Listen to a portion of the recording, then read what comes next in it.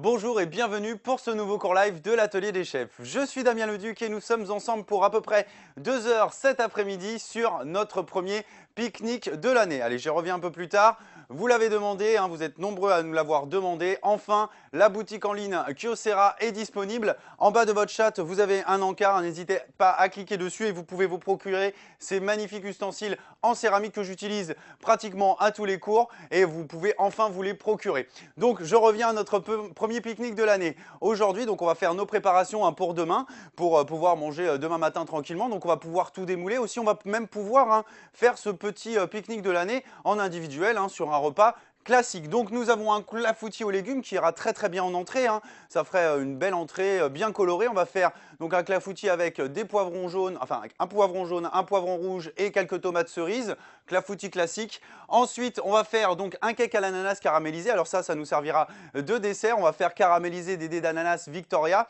On va bien sûr éplucher cet ananas et on va faire un petit appareil à cake un petit peu différent hein, des appareils à cake qu'on fait d'habitude. On a quand même un appareil qui est relativement souple. Là, on va faire un appareil un peu plus dense puisque l'ananas va apporter hein, de l'humidité et puis on va faire donc un joli cake. Hein. Soit vous avez un grand moule à cake à la maison ou des petits individuels. Moi, je vais faire les deux aujourd'hui et une salade de pommes de terre et lardons sauce tartare. On va faire une vraie sauce tartare avec une mayonnaise, des capres, un petit peu de persil ciselé, un petit peu de cornichons et on va bien assaisonner l'ensemble. On va rajouter aussi hein, des oignons ciselés, oignons nouveaux ciselés dedans et quelques lardons qu'on va faire bien colorés à la poêle avec du vinaigre de framboise.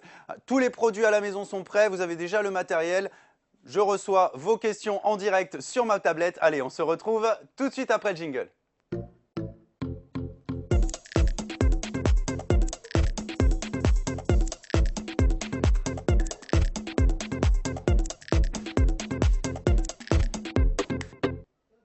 Allez messieurs, dames, c'est parti pour 2 heures de pique-nique ensemble. Alors on va commencer par notre clafoutis aujourd'hui. Donc pour l'instant, on va mettre à préchauffer notre four à 180 degrés en chaleur tournante puisque nous sommes sur la même température de cuisson pour le clafoutis et aussi pour nos cakes. Donc on met le four à préchauffer en chaleur tournante.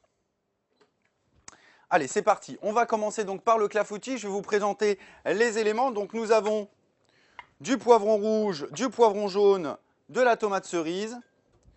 Alors ça, c'est ce qui va nous servir de garniture pour notre clafoutis. Pour le clafoutis, nous avons des œufs, de la crème et du lait. Hein. J'ai mélangé les deux pesées que vous avez sur la recette. De la farine, alors vous avez deux pesées hein, de farine sur votre recette. Hein. Il y a 10 grammes et il y a 20 grammes. Les 20 grammes serviront pour faire notre appareil et les 10 grammes juste à fariner notre moule hein, puisqu'il faudra beurrer et fariner le moule pour pouvoir démouler notre clafoutis. Donc là, pour l'appareil, c'est bien les 20 grammes de farine. Ce que je parlais tout de suite, donc la farine et le beurre hein, pour beurrer et fariner le moule. On va les mettre de côté comme ça, on ne confond pas les pesées, hein, juste 10 grammes, ça suffit largement. Allez, donc pour l'instant, on va s'occuper des légumes. Alors, on va éplucher nos poivrons. Hein. Alors, on retire la petite peau du poivron puisqu'elle est, elle est difficilement digérable, on va dire, entre guillemets. On a du mal à la digérer. Et puis, on va aussi retirer les petites parties blanches hein, qu'on peut trouver à l'intérieur du poivron. Bien sûr, les pépins, puisque ça, hein, bien sûr, ça ne se digère pas. On revient à notre appareil un tout petit peu plus tard. Il y a aussi hein, quelques pincées de noix de muscade hein, qu'on mettra dans notre appareil pour parfumer le tout. Alors, pour les poivrons. Les tomates cerises, on y revient un petit peu plus tard. Pour éplucher le poivron, hein, comme vous pouvez le voir, le poivron, c'est un légume qui n'est pas très régulier. Hein, on a quand même des aspérités, on a aussi quelques volumes hein, sur le légume. Donc avant de l'éplucher, nous allons le tailler en suivant. Alors on peut voir hein, tout au long du poivron, nous avons des nervures, des renfoncements dans le légume et on va tailler exactement à cet endroit-là, comme ceci. Je suis les nervures, j'en ai une ici. Une encore là, une ici et une là. Allez, une petite dernière, je ne l'avais pas vue. À cet endroit, regardez. Et là, j'ouvre mon poivron.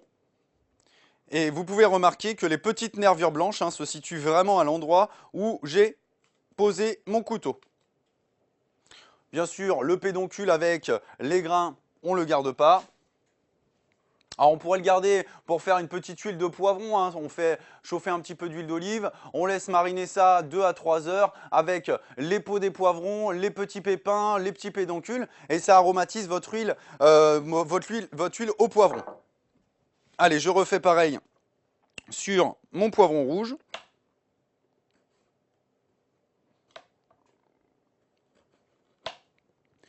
Je suis bien les nervures.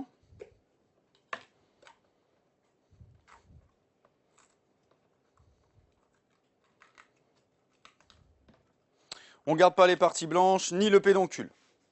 Voilà. Donc pour l'instant, juste les poivrons sont taillés. On va retirer donc les petites parties blanches avec la pointe du couteau comme ceci, hein, pour retirer. Alors ça va apporter aucune valeur gustative et c'est vraiment difficile à digérer.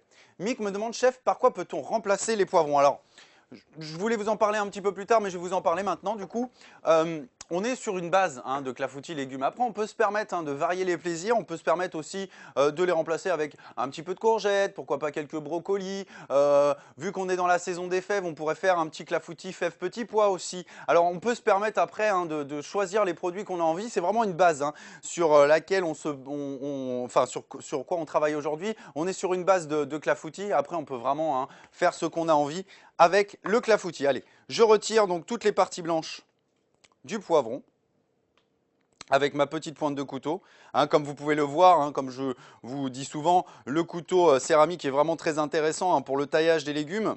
Puisqu'on a une lame très très fine, on a aussi un couteau qui est très léger, donc très facile à manipuler.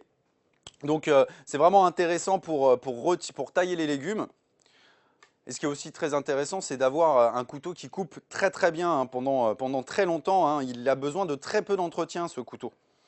Pas besoin d'être affûté très souvent comme un couteau inox, hein. Il faut l'aiguiser, il faut l'amener, soit c'est le boucher, soit on a une petite pierre à la maison, donc ça demande un petit peu de temps de travail. Là, on a vraiment un couteau qui coupe très longtemps. Allez, je continue à faire ça sur mon poivron. Je retire les quelques pépins que je peux trouver à l'intérieur, hein, très important.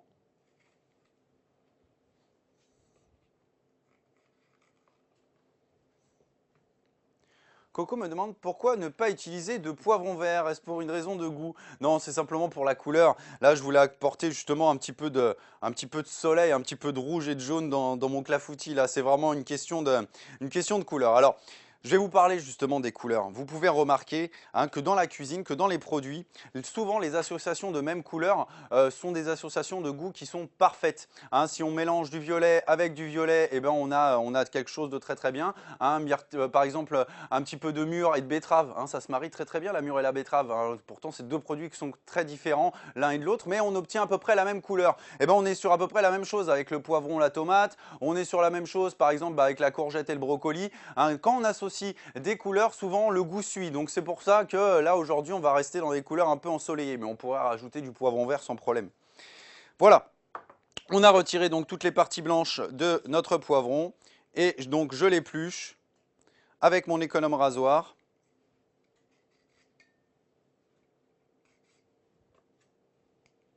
Vous voyez, c'est très facile à éplucher une fois qu'on l'a taillé, hein. C'est beaucoup plus pratique que de l'éplucher en entier. Alors cette petite peau est peu digeste, hein, donc vraiment n'hésitez pas à la retirer à la maison. Hein, ça provoque toujours, voilà, dites-vous que c'est un petit peu comparable à du cuir, hein, ça a du mal à passer l'estomac. Donc voilà, c'est vraiment une peau qu'il ne faut surtout pas hésiter à retirer avec un économe. Alors évitez aussi, hein, de faire les techniques, hein, les techniques dites entre guillemets, hein, de grand-mère qui disent qu'on met le poivron dans un aluminium, on met ça au four ou on passe un chalumeau dessus. Oui, bien sûr, la peau va se retirer, mais on va dénaturer la chair, hein, on va travailler la chair, on va lui faire subir une cuisson, donc on va perdre la nature du légume. C'est d'ailleurs pour ça, hein, qu'on utilise un économe et qu'on ne cherche pas à chauffer la peau ou la chair du produit.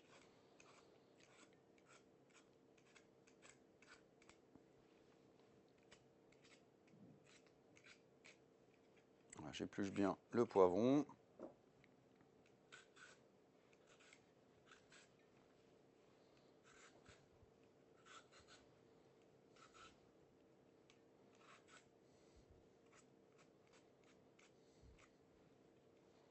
Donc pareil, hein, regardez, hein, la céramique pour l'économe, c'est exactement pareil. On retire très très peu de peau, hein, comme vous pouvez le voir, on n'a pas du tout de chair qui suit avec l'économe.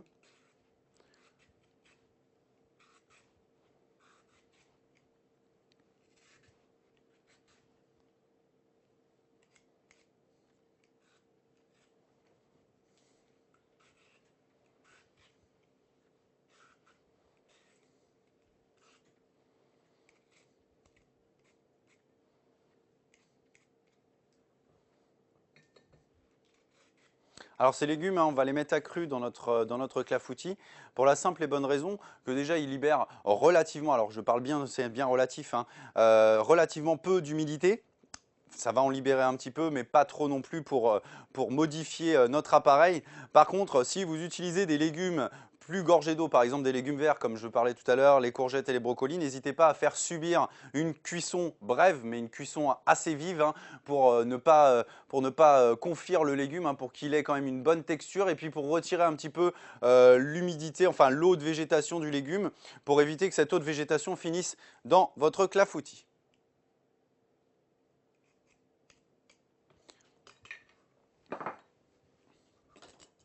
Allez, donc je retire mes petites épluchures. On va passer un petit coup de propre pour les quelques grains, hein, qu'on peut avoir retirés du poivron. Et ce poivron, nous allons le tailler dans un premier temps en lanières assez épaisses et ensuite en morceaux d'à peu près 1 cm à 1,5 cm d'épaisseur.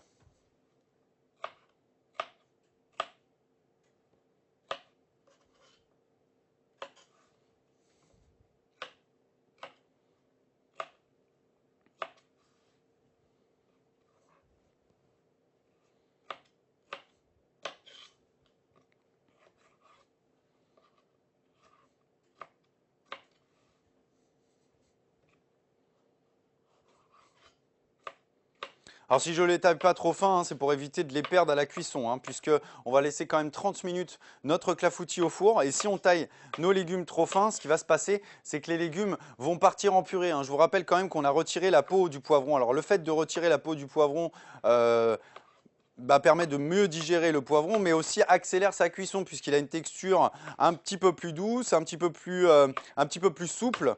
Et du coup, on se retrouve quand même avec un légume qui cuit beaucoup plus rapidement. Donc, il faut éviter de le tailler trop fin. Et puis, pour avoir aussi de la texture dans notre clafoutis, hein, c'est agréable de tomber sur un joli morceau de légumes. Jérôme me demande pour cette recette de clafoutis, peut-elle s'appliquer pour une version sucrée? Ah oui, bien sûr. Alors, la différence qu'on a, c'est surtout vis-à-vis de l'appareil, hein, puisque avec l'appareil à clafoutis, les œufs, on va les casser dans un grand saladier et on va les blanchir avec du sucre. Là, ces œufs, on va les casser dans un saladier et nous allons rajouter que la farine à ce moment-là. On va bien mélanger et ensuite, on va rajouter notre mélange lait et crème. On finira par la petite cuillerée de noix de muscade râpée et l'assaisonnement, c'est le poivre. Eliane et Jocelyn me demandent, peut-on utiliser des poivrons surgelés? Oui, alors par contre, il faut vraiment faire attention avec tous les produits surgelés que vous mettez dans vos clafoutis ou même, hein, toutes les préparations à crème prise. Alors quand je parle de crème prise, je parle de quiche, hein, je parle de tourte, je parle aussi de clafoutis. Il faut éviter de mettre des légumes qui soient trop, enfin des légumes ou des fruits qui soient trop gorgés d'humidité. Donc veillez à bien faire décongeler vos légumes avant de les mettre avec le clafoutis. Voilà. Mon poivron jaune et mon poivron rouge sont taillés. Je récupère un petit plat.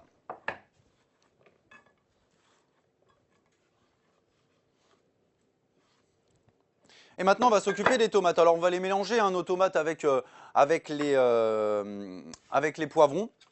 Donc là, tomate, alors ce qui est intéressant, ce qui est aussi très important, si vous pensez, c'est que la tomate a une acidité, hein. La tomate, que ce soit la tomate ou le citron, hein, tout ce qui est fruits acides, n'hésitez pas à utiliser un couteau à dents. Alors moi j'ai un couteau micro-denté aujourd'hui et n'hésitez pas à utiliser un couteau à dents pour tailler tous les légumes et fruits acides, puisque l'acidité a tendance à casser le fil du couteau. C'est-à-dire que le couteau coupera moins bien après. Donc n'hésitez pas à utiliser des couteaux à dents, hein, et puis regardez, avec la peau de la tomate, on a une meilleure prise dessus.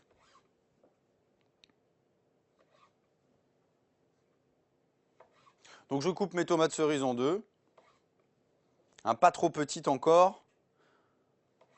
Évitez de les tailler en quatre, hein, sinon les petits cœurs, hein, toute la petite pulpe des tomates va tout de suite se libérer dans votre clafoutis.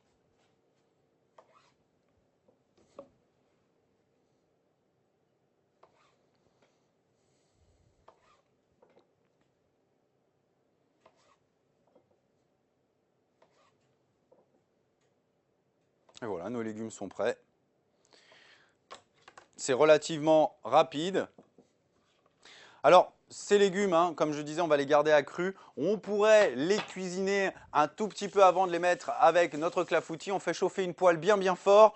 Une petite gousse d'ail, de l'ail, du thym, du laurier et on saisit l'ensemble très vivement sans les tomates bien sûr. Hein. Les tomates par contre on est obligé de les mettre à cru sinon elles vont partir en purée tout de suite. Mais les poivrons on peut les faire sauter très vivement, à peine 2 minutes de cuisson hein, dans une poêle très chaude avec de l'ail, du thym, du laurier. On les débarrasse tout de suite, on les fait refroidir et ensuite on fait notre clafoutis. Mais là hein, on est vraiment sur une base, donc nous n'allons pas cuisiner nos légumes. Allez. Donc je récupère un petit saladier et maintenant nous allons nous occuper de l'appareil. Donc je vous rappelle, 3 pièces d'œufs, 20 grammes 20 grammes de farine et on a 15 centilitres de lait et 30 centilitres de crème. Donc ces œufs, je vais les casser dans mon saladier comme ceci.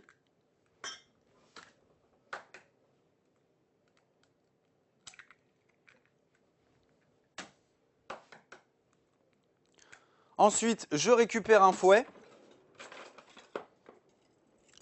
et je bats mes œufs en omelette.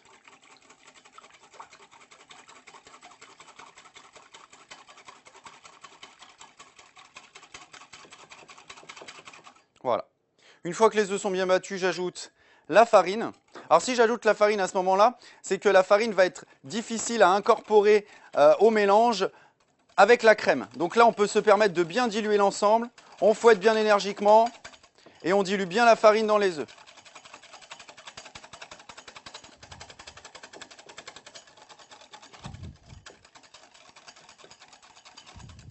Voilà, une fois que la farine est bien diluée dans les œufs, j'ajoute la crème et le lait.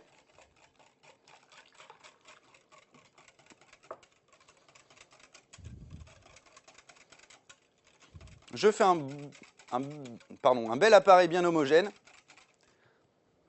Je récupère ma noix de muscade, mon sel et mon poivre.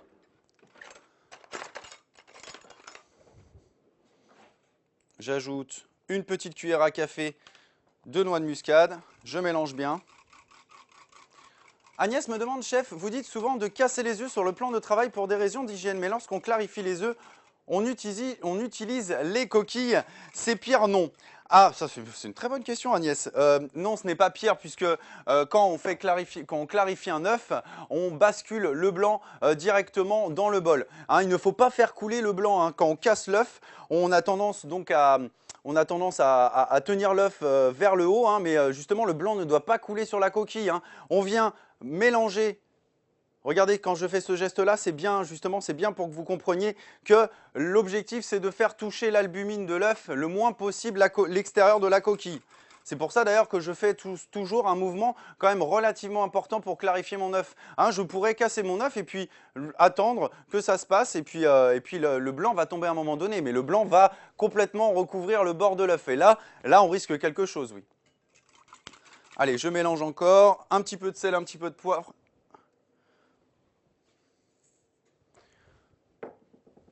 Alors, on force hein, l'assaisonnement de l'appareil puisque nous assaisonnons l'appareil et aussi en même temps les légumes. Hein. Voilà. Allez, l'appareil pour l'instant, on le laisse de côté avec le fouet puisqu'il faudra remélanger un petit peu l'ensemble. On va maintenant mettre les 10 grammes de beurre au micro-ondes, on va les faire fondre et on va récupérer un pinceau pour beurrer et fariner notre moule. En même temps, je vous fais un petit récapitulatif. Au début, hein, on a commencé par notre clafoutis. Je vous ai fait la présentation des éléments. On s'est occupé d'éplucher, d'épépiner, aussi de retirer les petites parties blanches des poivrons rouges et jaunes. Ensuite, on les a taillés en cubes d'à peu près 1 cm d'épaisseur. Et nous avons taillé les tomates cerises en deux. On a fait l'appareil. L'appareil, on a cassé 3 œufs dans un saladier. Et ensuite, on s'est occupé de rajouter la farine. On a mélangé énergiquement pour bien incorporer la farine à l'ensemble. Et on a versé le mélange lait et crème. Et on a terminé notre assaisonnement avec le sel, le poivre et de la noix de muscade. Je récupère mon moule à clafoutis. Je mets mon beurre à fondre. Et on prend un pinceau.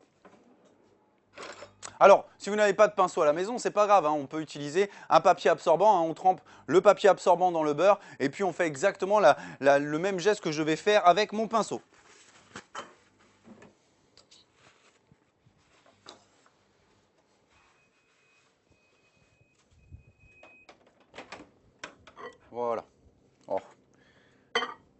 pas encore tout à fait fondu. Notre four préchauffe aussi à 180 degrés depuis le début du cours.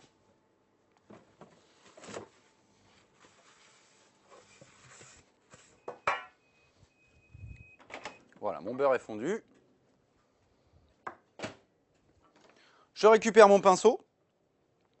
Je tapisse le fond de mon moule de beurre, comme ceci. Voilà, une fois qu'on a bien réparti le beurre au fond du moule, nous allons faire les bords du plat de bas en haut. Alors c'est important hein, de faire toujours de bas en haut pour éviter que le beurre vienne faire un dépôt tout autour du moule et modifie la texture de votre appareil. Hein. Si on va rajouter du beurre, si on rajoute trop de beurre, la texture de l'appareil sera altérée. Voilà, on tourne bien comme ceci, jusqu'au bout. Voilà. Une fois qu'on a rajouté le beurre, Jérôme me demande pour beurrer le moule, peut-on utiliser de l'huile? Oui, on peut se permettre, oui. Oui, on peut se permettre de remplacer le beurre par de l'huile. Alors, regardez, la farine, je tapisse le fond. Je vais essayer de faire ça au-dessus de mon récipient. Et je tapote pour vraiment fariner les bords de mon moule. Alors, on évite bien sûr de mettre les doigts à l'intérieur hein, pour casser le travail qu'on a fait avec notre beurre. Voilà. Donc, vous pouvez le voir, j'ai beurré et fariné mon moule. Je retire l'excédent de farine en tapotant mon plat sur mon poste de travail. Et voilà, notre plat à clafoutis est prêt. Donc, j'ajoute maintenant mes légumes. J'évite de trop toucher à l'appareil pour éviter de casser ce qu'on a fait avec notre beurre et notre farine. Et regardez, je verse délicatement mon appareil à clafoutis par-dessus mes légumes comme ceci. Je répartis un petit peu les éléments hein, pour qu'ils soient bien tous immergés dans mon appareil. Et on enfourne à 180 degrés en chaleur tournante pendant 35 minutes.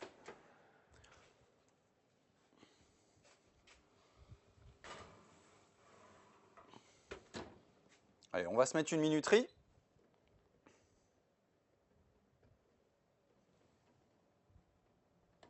Voilà, c'est parti.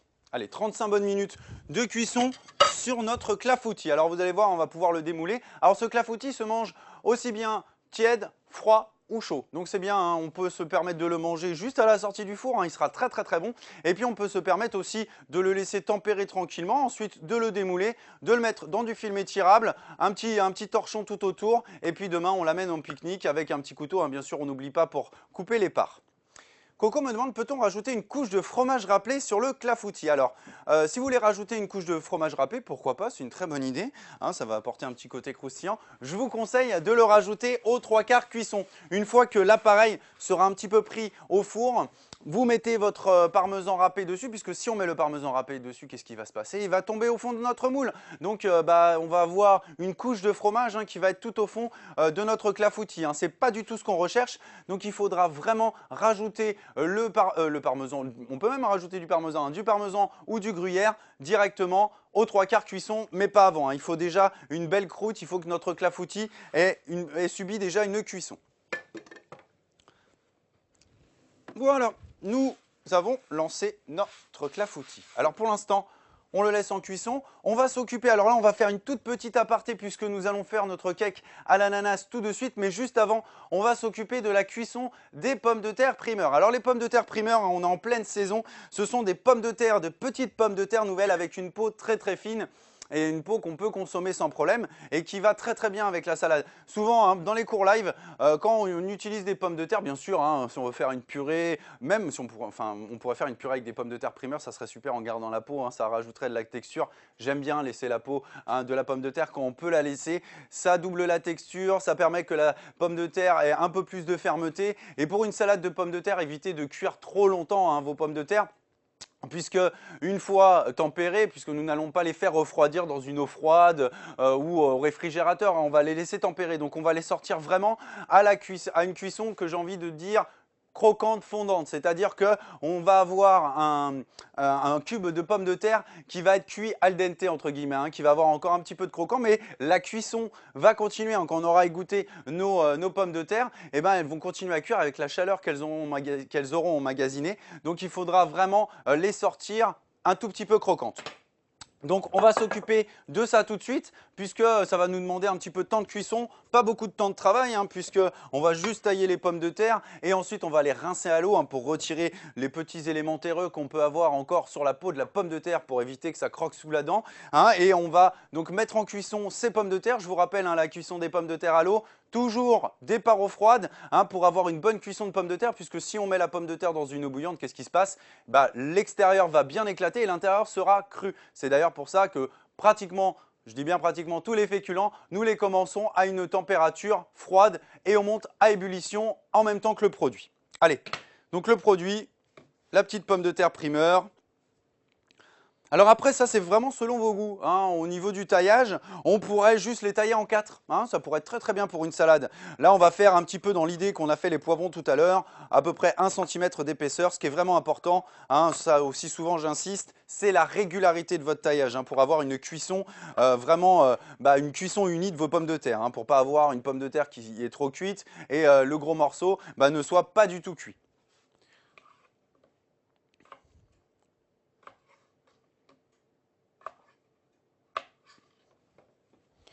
On va rincer aussi les pommes de terre pour retirer bien sûr les éléments terreux et aussi pour retirer la petite fine couche d'amidon que nous créons en taillant la pomme de terre. La pomme de terre contient beaucoup d'amidon et cette petite couche d'amidon risque de faire coller nos pommes de terre à la cuisson, hein. Elles vont rester collées les unes aux autres et on va sortir un gâteau, hein, de pommes de terre. Donc n'hésitez pas à bien les rincer avant de les mettre en cuisson.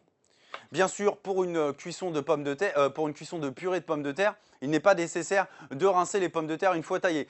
Il est nécessaire si on ne lave pas nos pommes de terre avant de les éplucher, bien sûr, mais il n'est pas nécessaire de les rincer puisqu'on veut quand même garder le plus d'amidon pour notre purée. Alors que là, on veut une bonne salade de pommes de terre avec des morceaux bien cuits, mais quand même qui ait une tenue assez importante pour pouvoir être mélangé avec les autres éléments.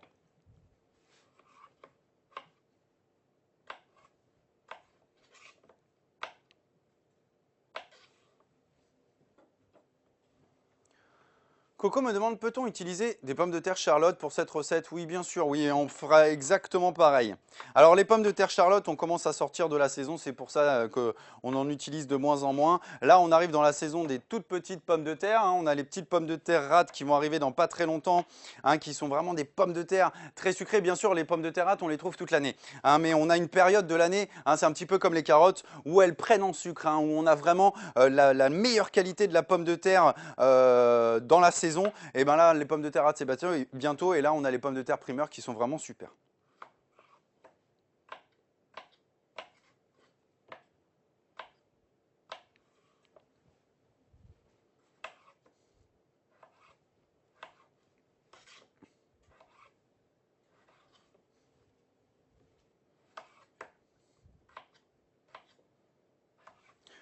Jérôme me demande les pommes de terre grenaille. Alors oui, les pommes de terre grenaille conviendraient, mais il faudrait juste les tailler en deux, hein, pas plus, puisque la pomme de terre grenaille est vraiment toute petite.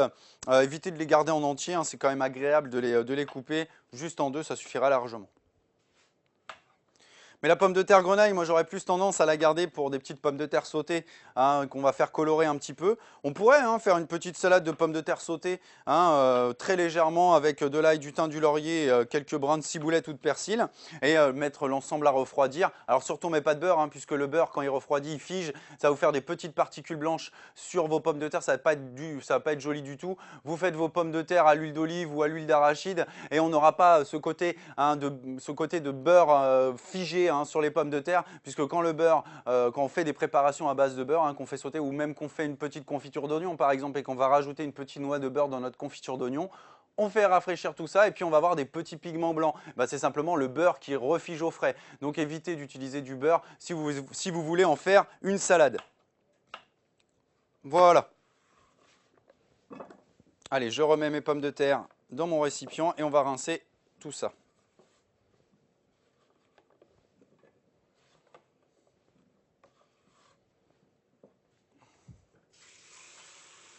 Alors vous allez voir tout de suite, hein. Regardez l'eau comment elle se trouble tout de suite. Hein, regardez, je vous le montre. L'eau se trouble pratiquement instantanément. Hein, ce n'est pas la saleté de la pomme de terre, puisque je vais être franc avec vous, je les ai nettoyés avant de vous les présenter quand même un petit peu. Mais bon, c'est simple, c'est cet amidon hein, qui est libéré par la pomme de terre qu'il faut quand même retirer. Donc je vais les rincer 2-3 fois comme ceci et elles seront prêtes pour leur cuisson.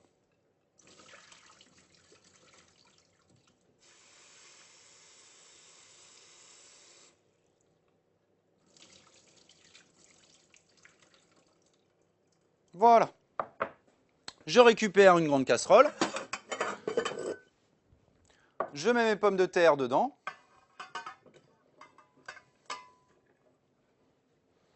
J'ajoute tout de suite une bonne pincée de gros sel. Alors 8 à 10 grammes de gros sel, c'est pour accélérer la cuisson de la pomme de terre, puisque l'eau salée, hein, l'eau bouillante salée bout à des températures un petit peu plus élevées que l'eau bouillante douce, et aussi pour les assaisonner.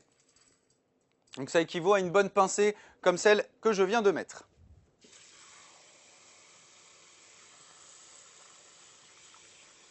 On remplit la casserole d'eau à peu près 2 cm au-dessus des légumes. Je mets ma casserole sur le feu, je mets mon feu à fond et on va porter l'ensemble à ébullition. Une fois que le mélange sera à ébullition, on va baisser un tout petit peu le feu, hein, sinon on va avoir une trop grosse ébullition et on risque de casser la pomme de terre. On veut une ébullition constante mais pas un gros bouillon, hein, on veut un petit bouillon. Voilà, notre petit aparté est terminé. Maintenant, on va se remettre donc sur le cake à l'ananas caramélisé. Donc, super ananas Victoria, hein, comme vous pouvez le voir, très important d'avoir un très joli produit comme ça. Alors, on peut se permettre de faire ce cake à l'ananas avec de l'ananas en boîte, avec un autre ananas sans problème. Mais là, voilà, on termine la saison. On a vraiment un beau produit en ce moment, justement fin avril, début mai. Et donc, on n'hésite pas à utiliser ce produit. En plus, on a un petit ananas. Par contre, hein, j'attire vraiment votre attention sur la taille de mon ananas Victoria.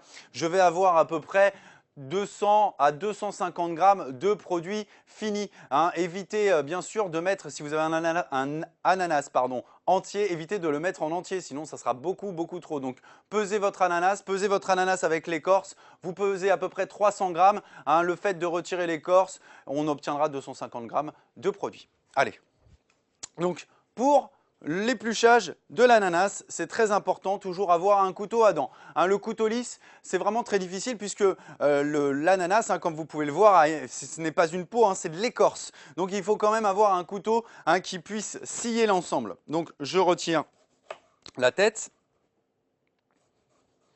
la base. Je pose mon ananas sur ma planche. On ne va pas les garder, on ne garde pas le feuillu, on ne garde pas le dessous, hein, on veut simplement donc une belle assise et retirer nos feuilles. Donc mon couteau, regardez, je suis la physionomie du fruit, hein, mon fruit est un petit peu ovale, enfin est un petit peu arrondi, et je retire à fleur de chair l'écorce.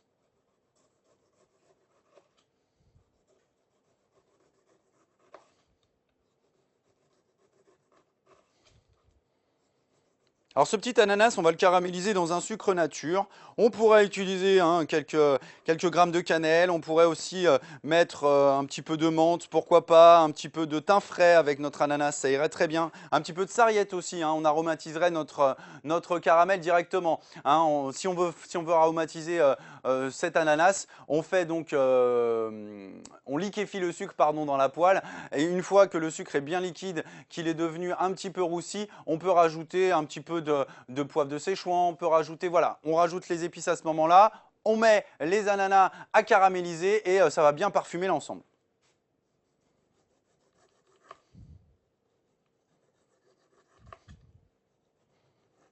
Vous voyez, hein, je suis vraiment la peau, j'évite de retirer trop de chair, puisque si on veut retirer l'ensemble de ce qu'on doit retirer dans l'ananas d'un coup, eh ben on va trop taper dans la chair et après on se retrouvera avec plus du tout de produit. Coco me demande, j'ai de l'ananas pain de sucre. Super. Qu'en pensez-vous? J'adore cet ananas Coco. Alors, pain de sucre, il s'appelle pain de sucre, c'est simplement pour rappeler, vous savez, hein, à Rio de Janeiro, hein, il y a une grande montagne avec une belle statue au-dessus. Hein, on l'appelle communément le pain de sucre. C'est vrai que la forme de l'ananas rappelle cette petite montagne. Donc, c'est pour ça d'ailleurs qu'il s'appelle pain de sucre. Hein, il vient d'Amérique du Sud. Je le trouve super. Je le trouve vraiment super, donc n'hésitez pas. Par contre, hein, c'est un bel ananas normalement. Hein. Si vous avez un ananas pas de sucre, on a une belle pièce. Donc faites bien vos pesées, hein, faites bien vos pesées pour notre recette. J'ai dit hein, 300 grammes avec l'écorce. Allez, on jette l'écorce, on ne la garde pas, ça ne sert à rien. En plus, ça donne des aftes, hein, c'est dommage de la garder. On va passer un bon coup de propre et ensuite on va retirer les yeux. Hein. On voit qu'on a plein de petits yeux sur l'ananas, hein, comme vous pouvez le voir. Et belle particularité de l'ananas, hein, comme quoi la nature est vraiment bien faite. On a ces petits points qui se suivent en spirale. Hein. On a vraiment quelque chose de joli et on va retirer donc en spirale nos yeux d'ananas. Jan me demande, doit-on nettoyer l'ananas avant de le couper? Oui, c'est bien de le rincer un petit peu, mais bon, il faut penser. Alors, tout dépend un petit peu de la provenance hein, de votre ananas. J'attire votre attention d'ailleurs hein, sur ce genre de détails. N'hésitez pas à demander à votre vendeur, à la personne qui va vous vendre votre ananas, donc votre primeur, ou même au supermarché, on peut se permettre de le demander. Hein, ça, c'est votre droit de demander la provenance déjà des fruits et aussi de demander la manière dont les fruits sont arrivés sur les étals. Je parle de ça simplement puisqu'il y a deux catégories de fruits exotiques. On a les fruits exotiques bateaux et les fruits exotiques avions. Fruits exotiques bateaux sont cueillis enfin pas du tout matures sur l'arbre et mûrissent en fond de cale de bateau. Et les fruits exotiques avions, hein, donc vous arrivent allez, à peu près 10-15 heures après avoir été cueillis. Bon, j'exagère peut-être un peu, mais on a un fruit qui est vraiment très frais, qui est cueilli à point, hein, qui a pris le maximum de soleil qu'il pouvait prendre. Et là, on a vraiment un fruit super. Bon, bien sûr, hein, les fruits avions, ce sont des fruits qui sont un peu plus chers que les bateaux, mais on a une meilleure qualité de fruits. Mon eau bout presque. On n'oublie pas, hein, quand on a une belle ébullition, on baisse le feu. Allez, je continue à éplucher mon ananas. Donc regardez, avec la pointe de mon couteau, comme ceci, je suis la petite spirale de points. Je taille légèrement en biais à l'intérieur de mon ananas. Hein. Fran me demande, je ne vais pas avoir assez d'ananas, que faire chef? Alors si vous avez un autre fruit sous la main, on peut se permettre d'en rajouter un autre, hein, si vous avez quelques kiwis, si vous avez aussi, pourquoi pas, de la mangue, si vous avez, qu'est-ce qu'on pourrait utiliser avec ça? Ah, de la goyave aussi, de la grenade, ça serait pas mal, hein, un petit cake à la grenade. Moi, je trouve ça... Bon, bref, ce que vous avez sous la main, même un peu de pomme, ça pourra convenir. Mais si vous n'avez pas du tout de fruits sous la main, ce que vous faites, on va faire l'appareil et vous retirerez pardon, un bon quart de l'appareil, hein, qu'on peut se permettre de cuire à part. Hein, ça va nous faire un bel appareil à cake, bien mousseux, très très bon. Mais on évite de mettre très peu de matière dedans. Hein. J'ai quand même, moi, un bel ananas. Donc, je reprends le taillage de mon ananas. Alors, je ne sais plus dans quel sens je l'ai pris. Ah oui, je l'ai pris comme ça. Donc, je retaille dans l'autre sens avec ma pointe de couteau jusqu'en haut, comme ceci. Et regardez, je retire l'ensemble des yeux de l'ananas. Et on va faire ça pour tous. Alors, on n'hésite pas à retailler de l'autre côté si on voit que ça ne suit pas trop.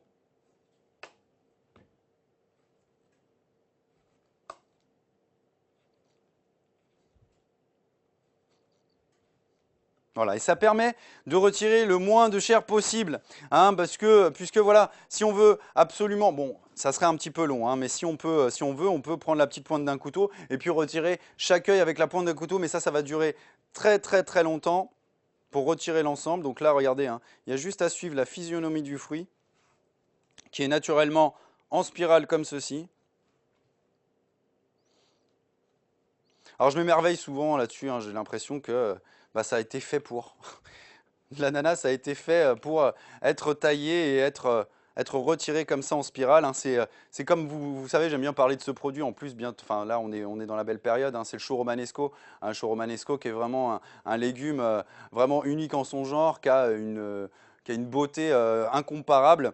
Et vraiment, là, on se rend compte que bah, la nature, hein, elle est vraiment, vraiment, vraiment bien faite pour pouvoir la consommer. Donc avec la petite pointe de mon couteau, on tourne. Je récupère dans l'autre sens.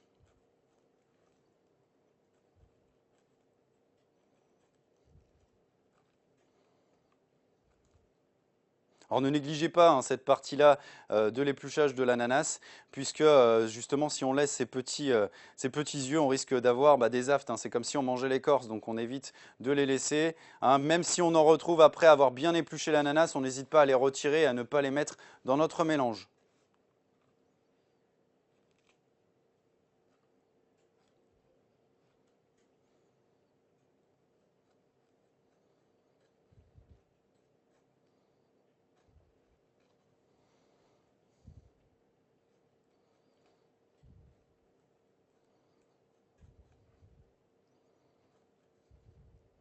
Et pendant qu'on fait ça, on va jeter un petit coup d'œil au clafoutis. Et ben, ça commence un petit peu à gonfler sur les extérieurs.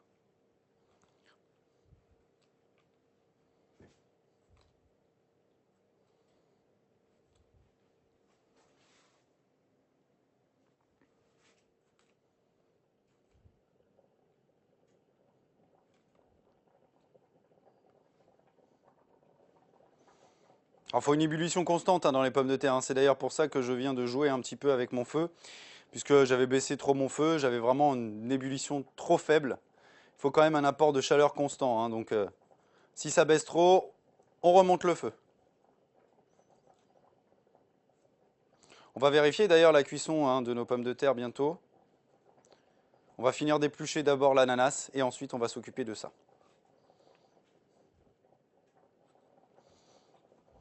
Il nous reste 3 petites spirales à retirer.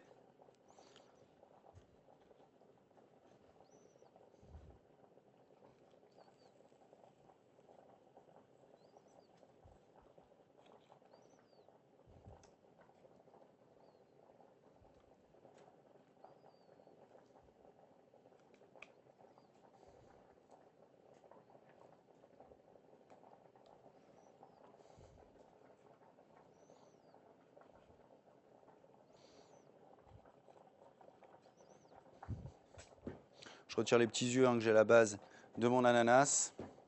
Allez. Je vous fais remarquer aussi hein, que j'utilise toujours mon petit couteau à dents. Hein, c'est important d'utiliser vraiment le couteau à dents même pour faire cette petite manipulation. On a une meilleure finesse, on a de quoi, on travaille plus facilement. Le couteau accroche beaucoup mieux dans le produit.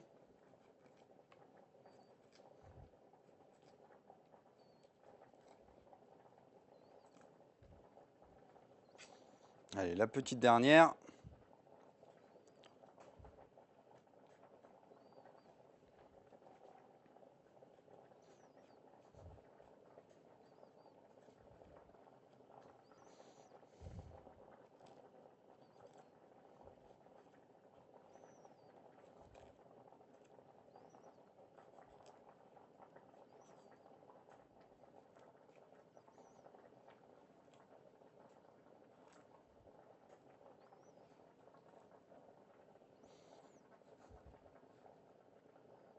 Et voilà, notre ananas d'épluché. Allez, on vérifie la cuisson des pommes de terre.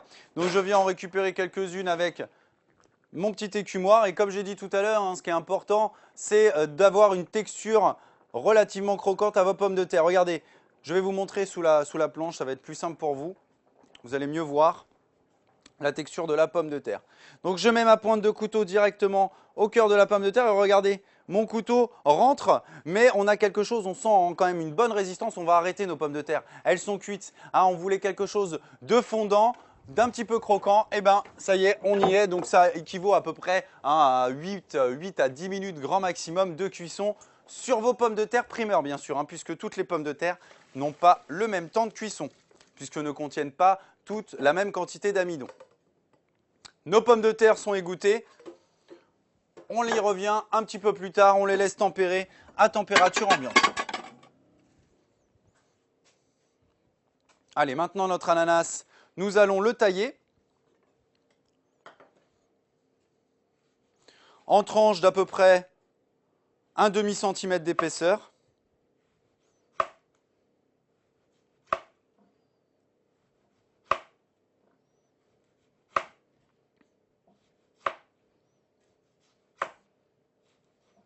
Voilà. Je superpose mes petites tranches d'ananas. Je récupère quelques petites tranches. On ne va pas risquer, hein, puisque notre fruit bouge un petit peu, hein, est un petit peu glissant. Donc on ne va pas risquer à tailler beaucoup de tranches en même temps. Ensuite, on retaille notre chair comme ceci en bâtonnets. Et on va faire ça sur toutes nos tranches d'ananas.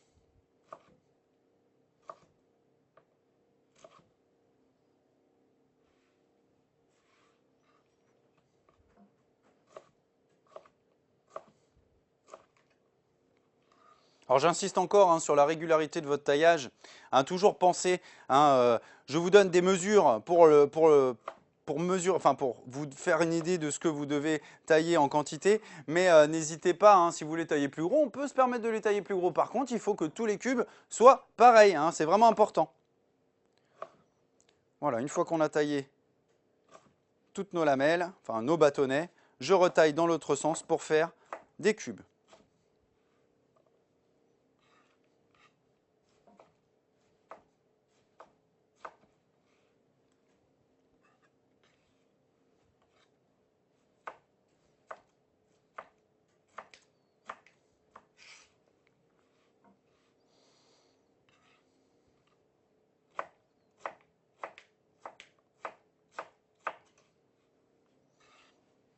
Et voilà, notre ananas est taillé en petites brunoises. Ces ananas, je vais les mettre dans un plat et on va sortir une poêle pour faire notre caramel et la cuisson des ananas.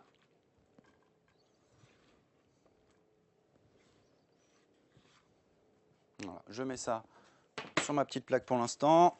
On va mettre un coup de propre et on va s'occuper de la cuisson de nos fruits. Alors là, on sort une poêle, hein, c'est pas important d'avoir une poêle non adhésive ou d'avoir une poêle. Il faut vraiment une bonne répartition de chaleur, il faut une chaleur vive pour faire notre caramel. Donc le revêtement n'est pas très important. Jérôme me demande, peut-on utiliser un autre sucre que le sucre semoule pour faire le caramel de l'ananas? Alors évitez, hein, tout ce qui est sucre roux, tout ce qui est sucre qui n'est pas raffiné, puisque le sucre semoule est un sucre raffiné. On peut utiliser du miel, on peut utiliser du sucre de stevia, on peut utiliser du sirop de stevia. Ah, non, pas le sucre de stevia, le sirop de stevia, pardon. Voilà, miel, sirop de stevia, on peut utiliser un petit peu de glucose aussi, hein, si vous en avez à la maison. Mais évitez les sucres non raffinés.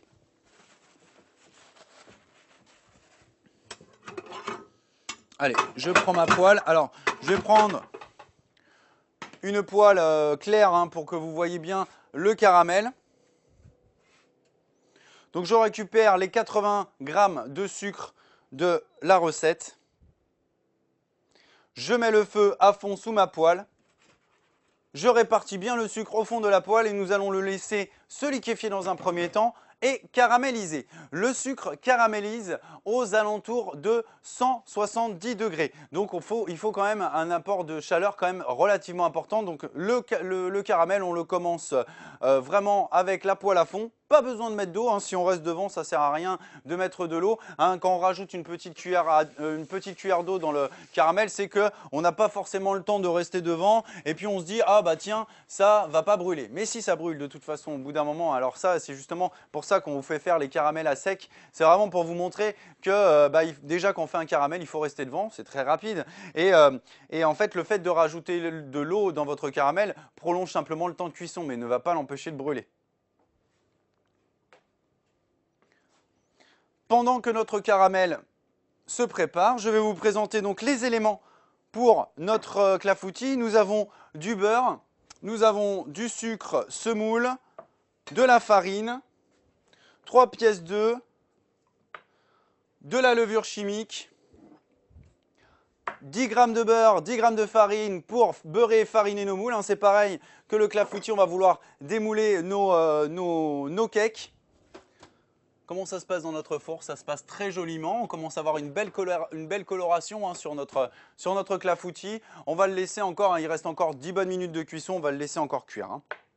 Donc je reviens à mon petit appareil, bah, tout est là. Hein, il nous manque aussi une petite pincée de sel, hein, on va rajouter une petite pincée de sel dans notre appareil. Coco me demande, j'ai entendu dire qu'il fallait rajouter une goutte de citron pour faire du caramel. Est-ce vrai? Ah non, ce n'est pas vrai du tout. Ce n'est pas vrai du tout. Regardez, voilà, mon caramel est prêt. Hein. J'ai pas mis de citron, j'ai pas mis d'eau, j'ai pas mis de sel, j'ai pas mis de poivre, j'ai rien mis d'autre. Mon caramel est prêt. Hein. On a vraiment un caramel uni hein, qui a une belle couleur. Regardez, je récupère un petit peu hein, le sucre qui peut rester au bord de la poêle. Hein. Tout de suite, il se mélange avec mon caramel. Mon caramel est prêt. Je mets mes ananas.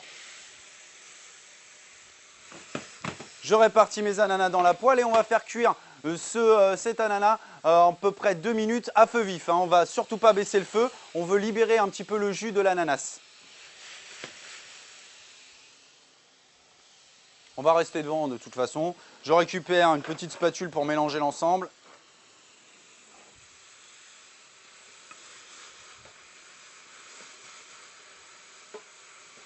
Regardez, hein, ce caramel c'est un petit peu durci. Hein.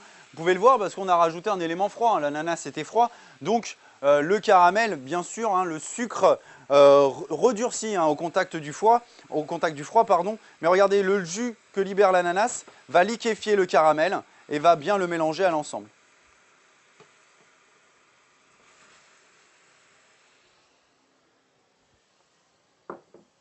Allez, notre petit cake, pardon. Le beurre, très important, hein, j'attire votre attention là-dessus, mon beurre est coupé en petits morceaux, il est à température ambiante depuis à peu près 1 heure. Il nous faut un beurre dit pommade, donc regardez, hein, je saisis un morceau de beurre dans mon doigt et je dois avoir une souplesse assez importante. Si vous n'avez pas cette souplesse à la maison, n'hésitez pas, je dis bien vraiment faire attention, n'hésitez pas à passer votre beurre au micro-ondes 5 secondes par 5 secondes et à chaque fois vous vérifiez la texture de votre beurre pour être sûr, hein, bien sûr, de ne pas le faire fondre.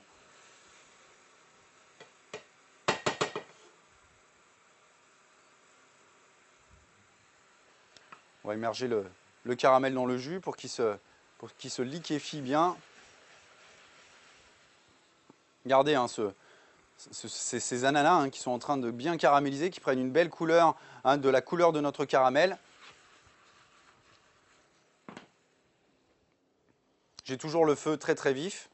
Donc pour la préparation de notre cake, nous avons besoin d'un très grand saladier. Hein, puisque on a quand même une belle masse, hein, on a quand même 250 g de farine, on a 200 g de beurre, on a 125 ou 150 g de sucre en poudre. Donc voilà, il faut quand même une belle masse pour mélanger l'ensemble. Hein, et puis il va falloir aussi incorporer les œufs.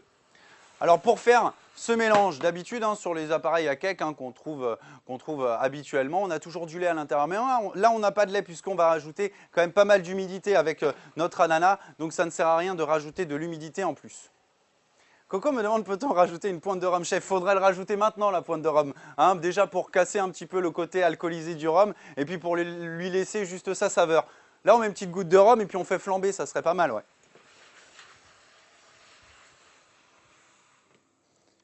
Voilà, mes ananas sont bien caramélisés. Je les mets dans un plat et je les laisse tempérer tranquillement. Et on y revient un peu plus tard. Allez, maintenant je mets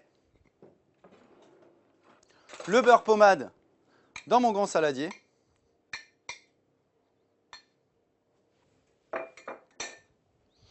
Regardez, vous pouvez voir hein, déjà mon beurre. Alors là, j'utilise une spatule, hein, on ne va pas utiliser un fouet, puisqu'on a un appareil qui va être assez solide. Donc regardez, hein, mon beurre est tout de suite très très crémeux.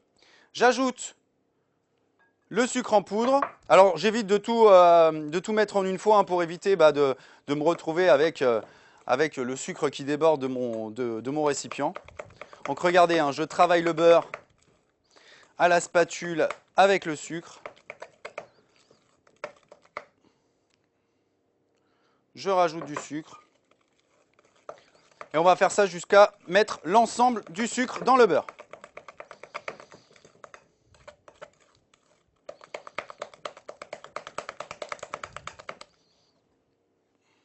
Voilà, mon sucre en 3 fois.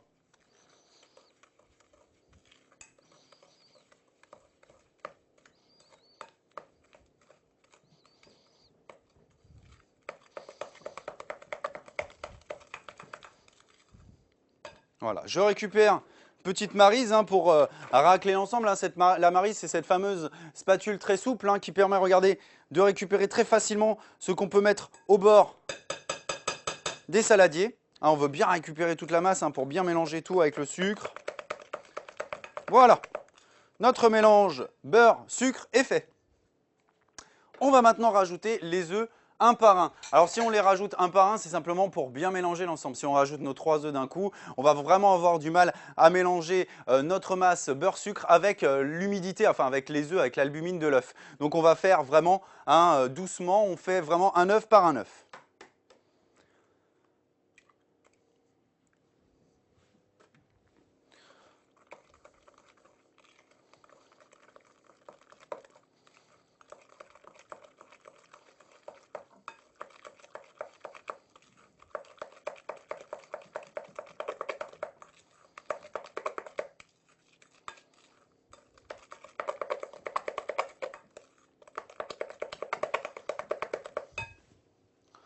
Ma manche est en train de tomber dans mon saladier.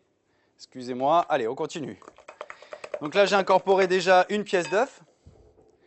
J'incorpore le deuxième.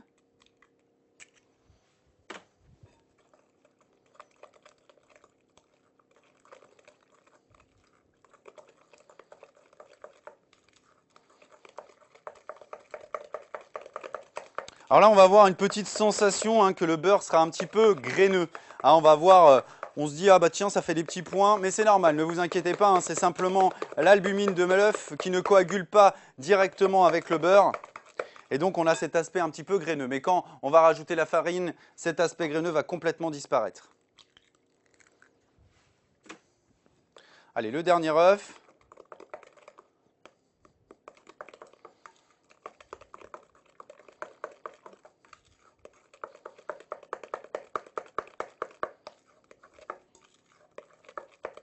Alors ce qui est bien, si vous avez un robot à la maison, de faire ce petit appareil au robot, un petit peu comme le mien là, vous pouvez le faire sans problème.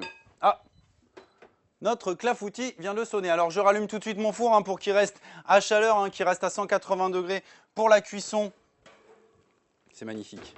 Pour la cuisson de notre cake. Alors on va vérifier d'abord la cuisson du clafoutis. On vous a mis quand même un temps, mais on peut avoir des variations de température dans les fours. On peut avoir un petit peu moins de puissance. Peut-être que voilà, le four n'est pas forcément en forme. Donc toujours vérifier la cuisson de vos préparations. Ce n'est pas parce qu'on vous donne des temps de cuisson qu'il faut que c'est une science exacte. Donc on va prendre la pointe d'un couteau. Je mets ma pointe de couteau directement au centre de mon clafoutis, puisque c'est là c'est là que se situe l'endroit qui sera le moins cuit de votre clafoutis. Et le couteau doit ressortir complètement propre. Vous pouvez le voir, je n'ai aucune trace de liquide ou d'appareil sur mon couteau. Mon clafoutis est cuit. Il est magnifique. Alors comme je disais tout à l'heure, ce clafoutis, alors on le laisse bien tempérer avant de le démouler. On peut même le passer un petit peu au frais pour qu'il se densifie un petit peu. Puisque là, démouler notre clafoutis, on risquerait de le casser. Je vous rappelle quand même qu'on a un appareil qui a un appareil à crème prise, donc avec des œufs. Donc on a un appareil qui est quand même très très souple. Mais vous allez voir à froid, il va se durcir et on va pouvoir le démouler très facilement. Allez, on continue notre appareil à cake. Donc maintenant, je prends un fouet et j'ajoute la farine.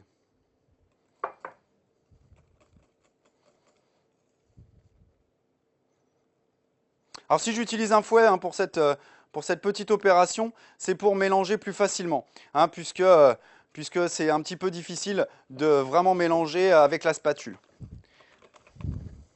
Question de Ronnie. Pour le cake, est-il mieux de mélanger l'appareil à la cuillère en bois ou au fouet? Bah, je viens d'y répondre, c'est marrant. D'abord, avec une cuillère en bois, forcément, hein, puisque si on mélange avec le fouet, le beurre pommade avec le sucre, le beurre va venir se mettre au milieu de notre fouet et puis on va avoir quelque chose qui va être trop dense, on va avoir du mal à le travailler, donc c'est plus facile avec la spatule. Par contre, quand on met la farine avec le beurre et les œufs, hein, c'est quand même intéressant de le faire au fouet pour avoir quelque chose de bien homogène. J'ajoute ma levure chimique, une pincée de sel, juste une, hein, ça suffit largement. Et je continue à mélanger l'ensemble.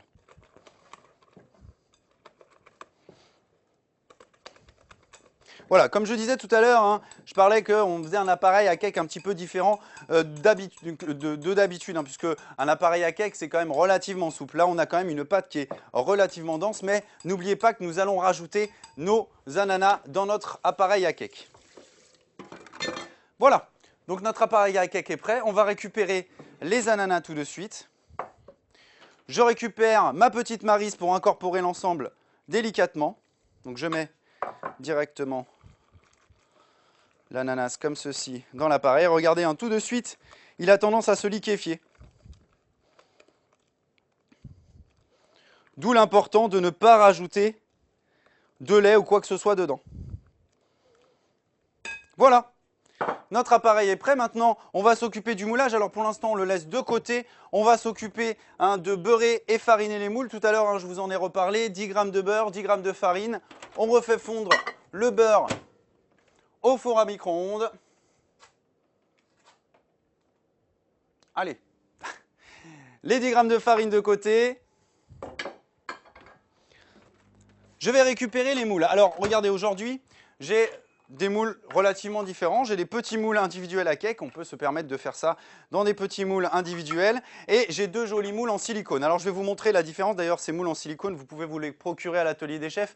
N'hésitez surtout pas. Hein, c'est très très bien pour faire les cakes, aussi pour faire les petites terrines de foie gras. Hein, c'est du silicone. Et la différence qu'on a avec ces petits moules et le silicone, c'est le silicone, on n'aura pas besoin de le beurrer ni de le fariner. On va pouvoir démouler facilement notre cake. Allez, il reste encore de la fonte sur le beurre. Je récupère mon petit pinceau. Alors le petit pinceau, hein, nous a servi tout à l'heure à faire exactement la même opération que nous allons faire tout de suite. Donc pas besoin de le nettoyer ou de le rincer. Eh ben, allez, encore 5 petites secondes. Alors les petits moules en silicone, je les mets de côté. Et moi, je vais faire on va faire des petits cakes aussi aujourd'hui. Voilà, donc les petits moules. Bah, même opération que tout à l'heure. Hein.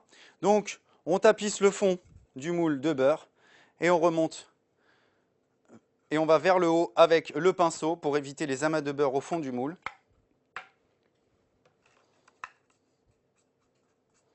Alors, faites bien attention de ne remplir vos moules qu'aux 3/4, hein, puisque je vous rappelle qu'on a mis de la levure chimique dans notre appareil à cake. Et qu'est-ce qui va se passer? Bah, c'est que cette levure chimique va faire pousser, hein, votre cake, il va prendre en volume. Et pour éviter que l'appareil ne déborde, on le remplit aux 3/4 comme ça. On est sûr de ne pas avoir de surprise à la sortie de cuisson.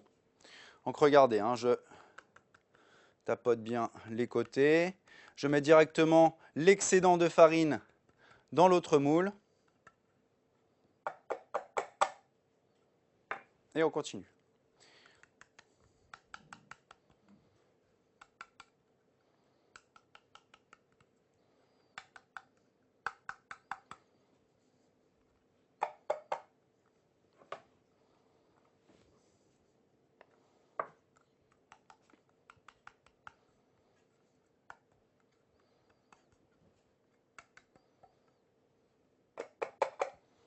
Quatre vont suffire avec 2 moules à cake en silicone, ça ira très bien.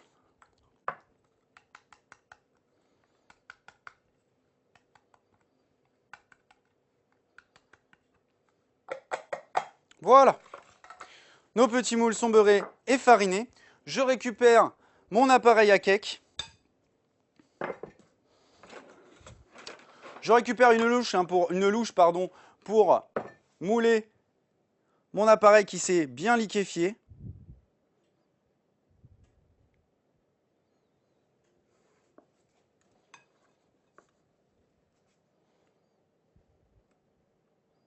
Alors on évite de faire comme je viens de faire, c'est-à-dire en faire tomber à côté. Donc c'est pour ça qu'on va séparer les petits moules.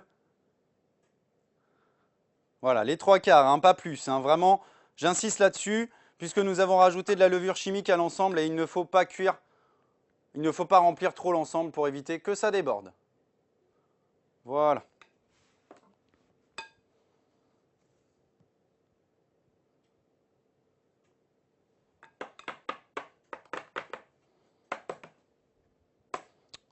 Nos petits moules sont garnis et maintenant on va s'occuper des grands. Alors les grands, on ne va pas le faire à la louche, on va le faire directement, hop là, dans le plat de service. Je viens bien racler les bords. Et voilà, ce qui est extraordinaire avec les moules en silicone, c'est qu'on a besoin de rien rajouter dedans. Ah, il va me rester de quoi faire un petit moule à cake. Cricri me demande, est-il indispensable de fariner les moules? Pour le démoulage, oui, puisque c'est quand même un appareil avec de la farine, avec des œufs, avec du sucre. Et cet appareil va coller au bord de votre... à moins que vous ayez un moule non adhésif. Si vous avez un moule non adhésif, ça ne sert à rien de fariner, de beurrer et fariner. Par contre, sur des petits moules en métal, par exemple, comme mes mini moules à cake, il faudra absolument beurrer et fariner les moules.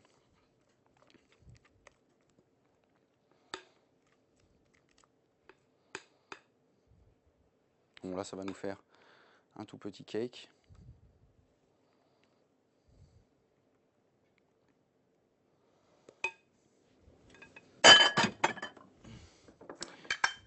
Voilà nos cakes de moulés.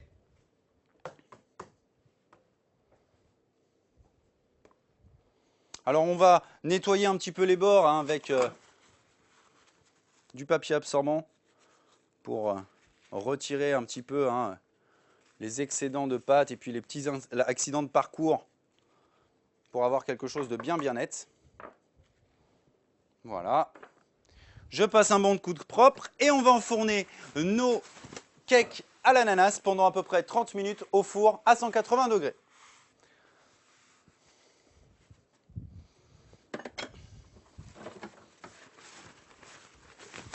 Alors bien sûr, si on veut faire un cake nature, on n'est pas du tout sur la même recette. Il faudra avoir un apport d'humidité plus important. Donc là, dans ces cas-là, on rajoutera un petit peu de lait à la préparation.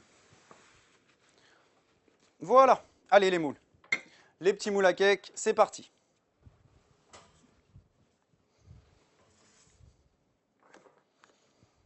Donc toujours à 180 degrés en chaleur tournante. Et on enfourne ça pendant à peu près 30 minutes. Et le témoin de cuisson des cakes, c'est exactement le même témoin de cuisson que notre clafoutis tout à l'heure. On va utiliser donc une lame de couteau, on va percer au centre d'un cake et on va vérifier la cuisson comme ça. Alors j'attire aussi votre attention sur la taille de mes moules. Si vous avez des moules un peu plus importants et un petit peu plus larges, qu'est-ce qui va se passer? La cuisson, le temps de cuisson on sera modifié puisque nous sommes sur, si on a donc un moule un peu plus haut et un petit peu plus large, qu'on fait un grand cake, n'hésitez pas à pousser la cuisson à 40-45 minutes maximum et de toujours avoir ce test, la pointe de couteau au milieu de la préparation, on la ressort. Si la lame ressort propre, sans appareil, c'est que notre cake est cuit. Allez, on va s'occuper maintenant de notre salade de pommes de terre. Alors la salade de pommes de terre, je vous rappelle qu'on a cuit nos pommes de terre tout à l'heure, on les a taillées en cubes d'à peu près, en morceaux d'1 centimètre. On les a bien sûr rincées à l'eau pour retirer la particule d'amidon et les petits éléments terreux qui peuvent nous rester. On s'est occupé aussi tout de suite derrière de les mettre dans une casserole avec de l'eau froide, 8 à 10 grammes de sel par litre d'eau dans notre casserole. On a porté l'ensemble à ébullition. On ne laisse pas gros bouillon, petite ébullition et on laisse cuire à peu près 8-10 minutes jusqu'à que les pommes de terre soient légèrement fondantes mais encore un petit peu croquantes puisque la cuisson a continué dans notre passoire. On a égoutté les pommes de terre, ça fait à peu près 20 bonnes minutes. Bon, elles se sont refroidies, elles se sont tiédies, mais la cuisson a continué dans notre pomme de terre. Donc là, on a une pomme de terre qui est cuite à point pour une salade. Qu'est-ce qu'il nous reste à faire sur cette petite recette. Donc les pommes de terre sont cuites, on va s'occuper de la petite sauce tartare. Alors on va faire une sauce tartare classique aujourd'hui, hein. Donc la sauce tartare, c'est une base mayonnaise dans laquelle on rajoute beaucoup de condiments, des capres, des cornichons, de l'oignon ou de l'échalote, un petit peu de persil. On peut rajouter aussi un œuf dur écrasé et ça vous fait une très très bonne sauce tartare. Là, l'œuf dur écrasé, on ne va pas l'utiliser, hein, on va faire vraiment la sauce tartare classique. Allez, je m'essuie un petit peu les mains, pardon. Et on fait notre petite sauce. Alors, pour la sauce, nous avons besoin donc de persil, d'oignons nouveaux, de moutarde forte, d'une pièce d'œuf, un jaune d'œuf en l'occurrence, des capres, des cornichons et de l'huile d'arachide. Alors, la petite mayonnaise, on y revient plus tard. On va s'occuper d'abord de tous les éléments. Donc, les oignons aussi, on les met de côté. On va effeuiller le persil, comme ceci.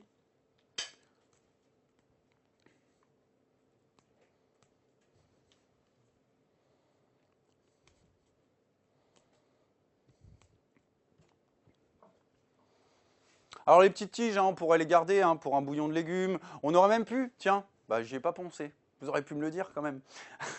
On aurait pu mettre ces tiges de persil dans l'eau de cuisson des pommes de terre, hein. Ça aurait donné un petit peu de goût, un petit goût frais aux pommes de terre. Puis on aurait même pu rajouter dans l'eau de cuisson une petite gousse d'ail, de l'ail, du thym, du laurier. Hein, souvent, vous m'entendez parler d'ail, de thym et de laurier.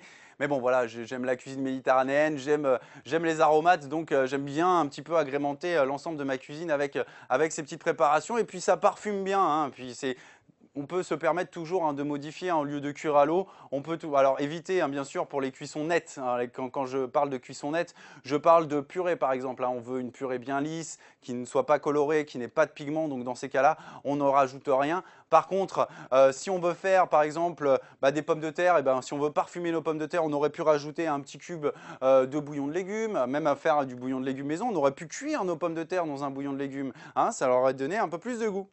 Jérôme me demande persil plat ou persil frisé. Est-ce important d'utiliser l'un ou l'autre? Alors, si on utilise très souvent du persil plat dans nos recettes, déjà c'est qu'il est beaucoup plus facile de taillage, déjà dans un premier temps, et il a une texture en bouche qui est beaucoup plus agréable que le persil frisé. Alors moi j'ai un souci entre guillemets, puisqu'au final on est sur le même produit, on est sur le même goût, et moi j'adore le persil. Mais le persil frisé, moi je trouve qu'en texture, il a tendance, vous allez rire quand je vais utiliser ce terme, il a tendance à piquer la gencive. Hein, quand on le mange, il vient souvent se coincer entre les dents, il est désagréable. Moi je trouve qu'il est désagréable en texture, il est très très bon. Et que sur du persil plat, on a une feuille qui est un petit peu plus souple, qui est beaucoup plus diffuse en bouche, qui n'a pas une texture particulièrement gênante ou quoi que ce soit. Donc on est vraiment sur un produit qui est beaucoup plus facilement travaillable et consommable. Mais on peut utiliser du persil frisé, ça pose pas de problème. Allez, on met les feuilles les unes sur les autres.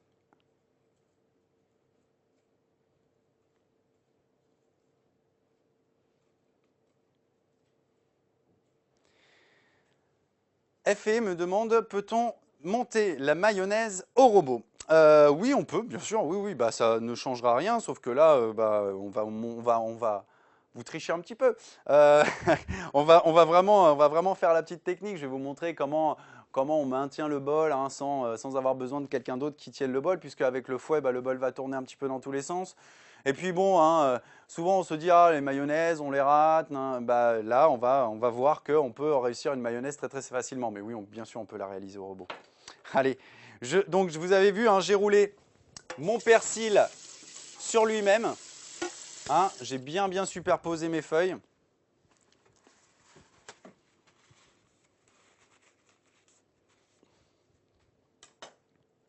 Donc je les roule comme ceci sur elles-mêmes. Et ensuite avec mon couteau,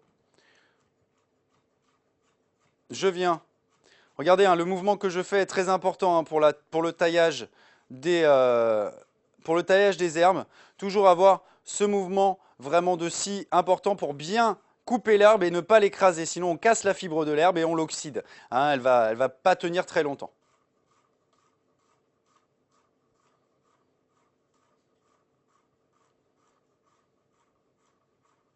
Alors cette petite sauce tartare, vous pouvez vous permettre de la réaliser 3 jours avant la dégustation, mais pas plus. Puisque après, alors c'est pas une question de la mayonnaise va tourner ou quoi que ce soit, si on la garde bien au frais, ça posera pas de problème.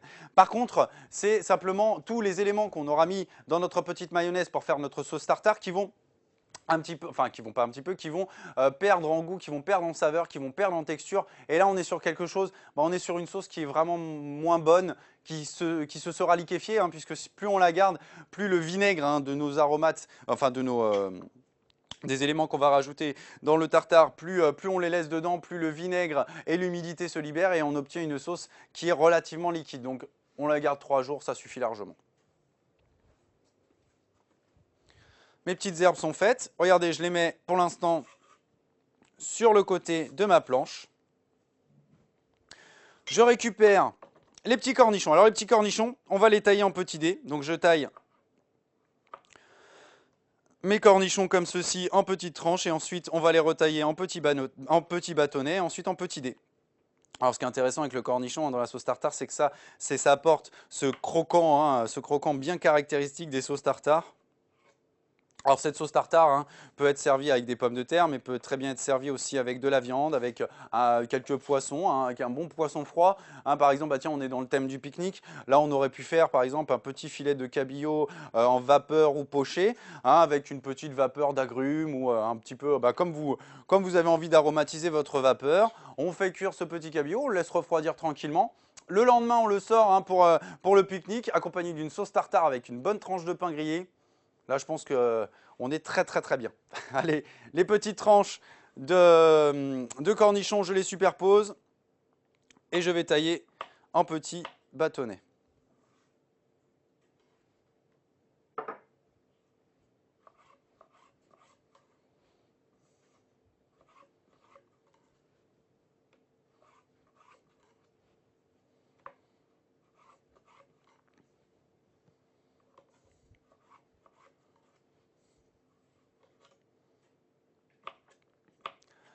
FE me demande, est-on obligé de mettre les capres? Oui, pardon.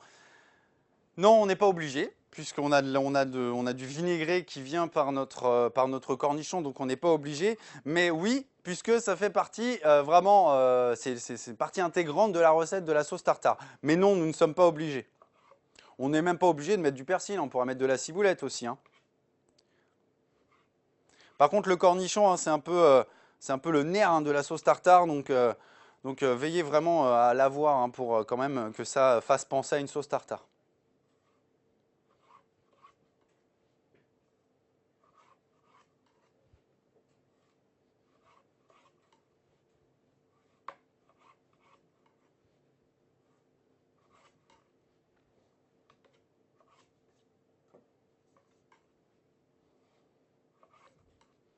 Voilà, mes cornichons sont taillés en bâtonnets et ensuite je retaille en fine brunoise.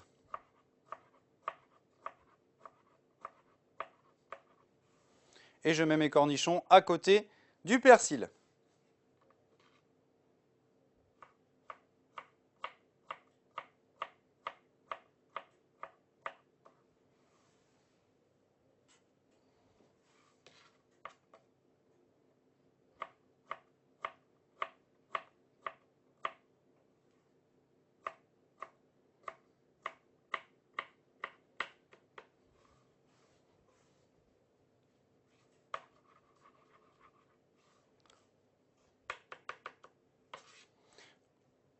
Les capres.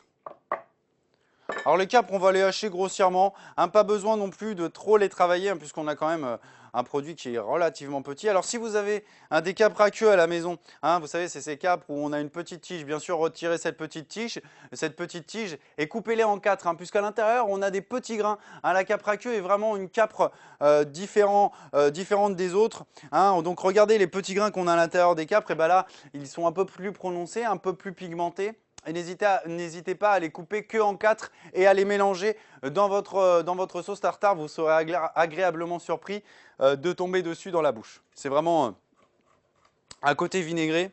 Tout à l'heure, c'est FE qui m'a parlé des capres. Alors oui, les capres. Alors les capres, je vous explique pourquoi. je vais vous faire encore une confidence, je ne cours pas après non plus du tout. Mais dans la sauce tartare, vraiment c'est indispensable, hein. C'est pareil comme dans la sauce, vous devez sûrement la connaître, hein, la sauce gribiche. Hein, sauce gribiche, on aime bien aussi rajouter quelques capres, pardon. Alors là, je l'aime bien la capre, je l'aime bien aussi, vous savez, dans la raie au beurre noir. Hein, vous savez, on fait noircir un petit peu du beurre dans une casserole, on va rajouter quelques capres dedans, on va verser ça sur la raie, c'est super bon.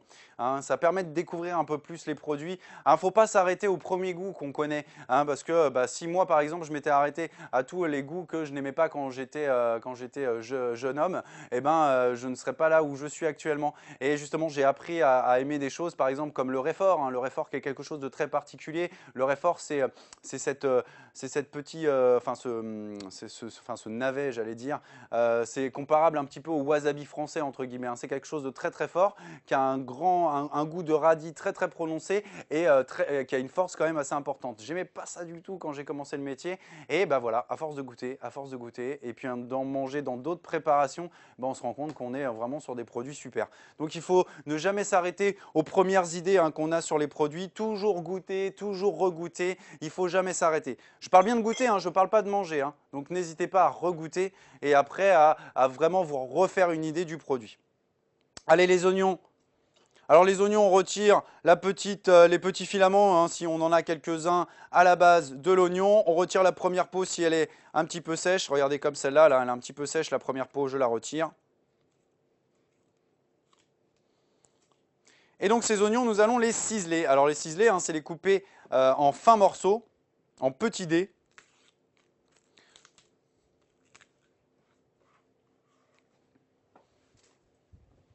Alors ces petites fans, hein, on pourrait se les mettre de côté pour une autre préparation, hein, pour un petit bouillon de légumes, pour aussi mettre avec n'importe quel plat, hein, sauté pour remplacer un oignon ou une échalote, hein, ça convient très bien. Donc on retire les fans vertes, je taille mes oignons comme ceci en deux dans le sens de la longueur du légume. Je pose mon légume comme ceci sur ma planche. Je récupère un petit couteau et je taille des fines lamelles.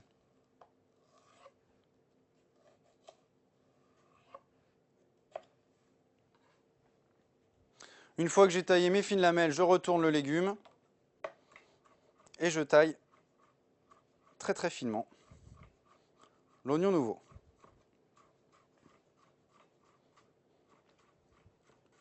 Allez, juste après cet oignon, on jette un œil dans le four, hein, pour voir un petit peu comment nos cakes développent. Regardez, bon, j'ouvre juste là, normalement avec la lumière, vous voyez, hein, ils ont bien développé, on voit que ça gonfle bien dans le four. Il nous reste encore la moitié du temps de cuisson. Bon, au niveau de la pousse, là je pense qu'on ne va pas aller plus loin, hein. La levure a déjà fait son travail, on voit qu'on a déjà une petite coloration au-dessus de nos cakes. Donc la levure a fait son travail, maintenant c'est l'intérieur, hein, qui va cuire. Et puis elle va prendre encore un petit peu de coloration par-dessus.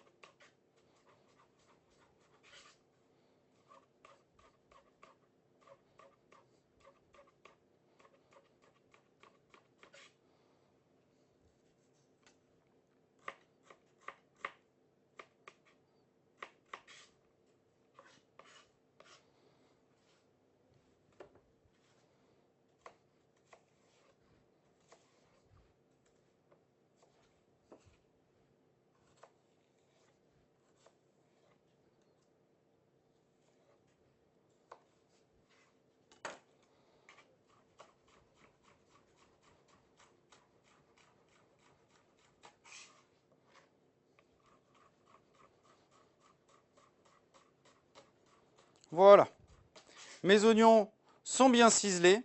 Nous avons toute notre garniture de taillée pour notre sauce tartare. Et maintenant, nous allons faire la mayonnaise. Alors, je laisse tous mes éléments comme ceci sur mon poste de travail. Et ensuite, on va tous les récupérer et les mettre dans notre mayonnaise. Je récupère un saladier. Je récupère aussi un linge. Alors, ce linge va me servir va m'aider à la stabilité de l'ensemble, hein, puisque, regardez, je vais vous montrer. Ah bah non, il va falloir nettoyer un petit fouet. Bon, on va nettoyer un petit fouet.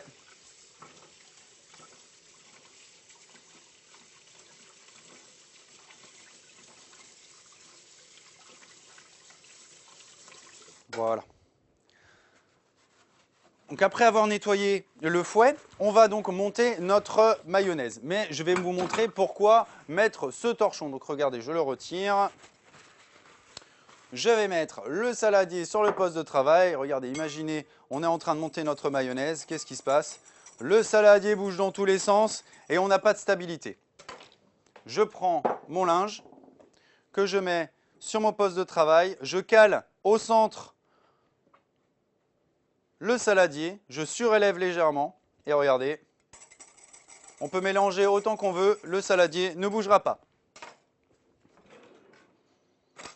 Je récupère une cuillère à soupe, je mets la moutarde, je clarifie mon œuf, je ne récupère que le jaune.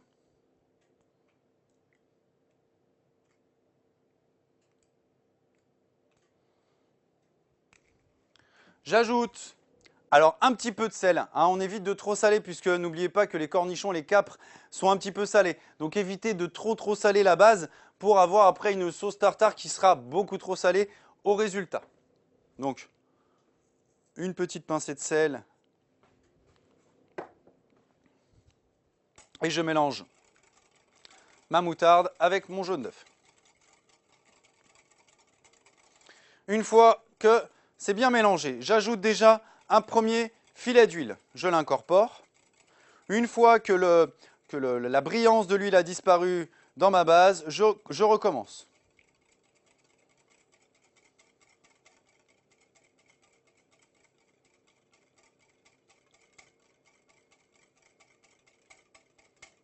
Voilà, quand on a bien incorporé tout l'huile, on recommence. On évite de trop en mettre d'un coup hein, pour éviter que notre mayonnaise tranche.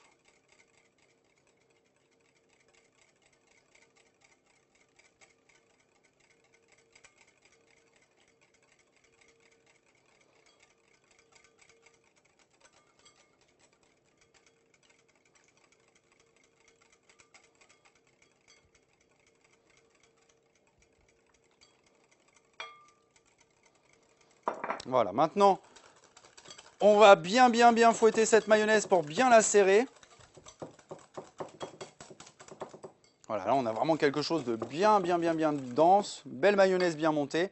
Et j'ajoute donc tous mes éléments, je dis bien tous les éléments.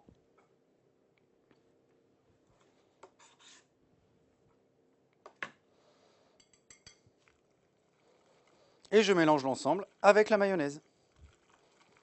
Et regardez, on a une super sauce tartare qui a une belle consistance.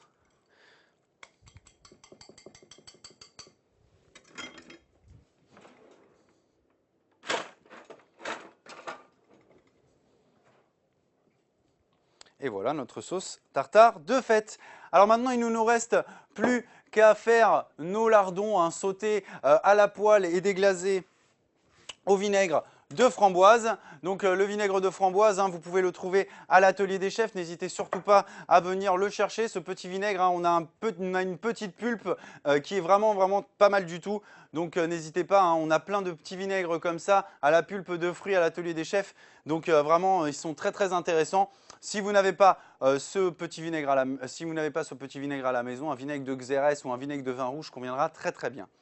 Jérôme me demande, peut-on utiliser de la moutarde à l'ancienne? Oui, mais il faudra rajouter de la moutarde forte. Je vous explique simplement pourquoi. C'est que la moutarde à l'ancienne n'est pas assez dense pour maintenir cette liaison, hein, pour avoir une belle liaison, pour avoir une mayonnaise qui ne sera pas tranchée. Donc il faudra mettre 10 g de moutarde à l'ancienne et 10 g de moutarde forte. Je prends une poêle. Et j'allume le feu dessous. Mon petit vinaigre. La sauce tartare, pour l'instant, on la laisse de côté. Je vais récupérer un grand saladier. Alors, sûrement comme vous à la maison, bah moi j'en ai qu'un aussi. Donc je le nettoie un petit peu pour... hein, c'est le saladier que j'ai utilisé pour faire l'appareil à cake. On n'hésite pas à un petit peu le nettoyer. Et il va nous aider, enfin on va mélanger notre salade dans ce saladier.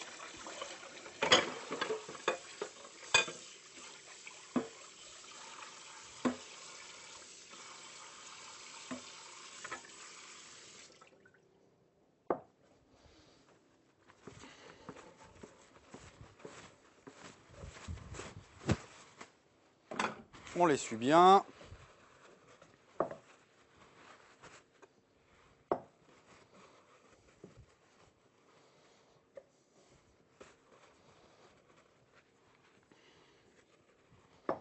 Et voilà. Donc dans ce saladier, nous allons mettre nos pommes de terre dans un premier temps.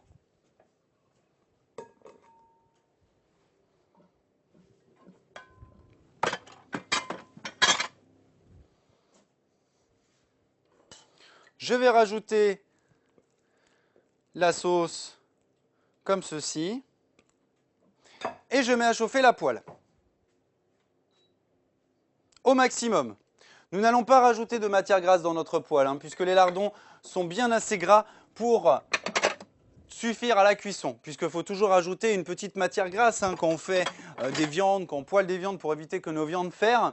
Par contre, là, il faudra ne pas rajouter, on n'aura pas besoin de rajouter de matière grasse, puisque le lardon, par définition, est très gras, donc il va libérer bien assez de gras pour la cuisson. En tout cas, ça sent très très bon le cake.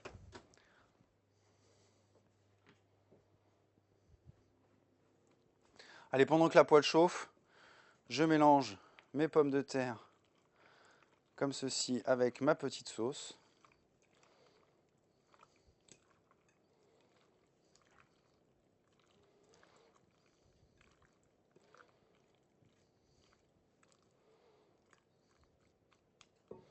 Je vais rajouter un tout petit peu de sel, un tout petit peu de poivre pour terminer l'assaisonnement.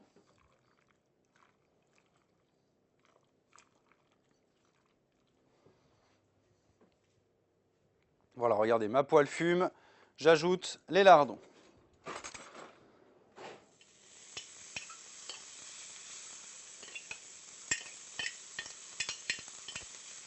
Cuisson très vive, hein.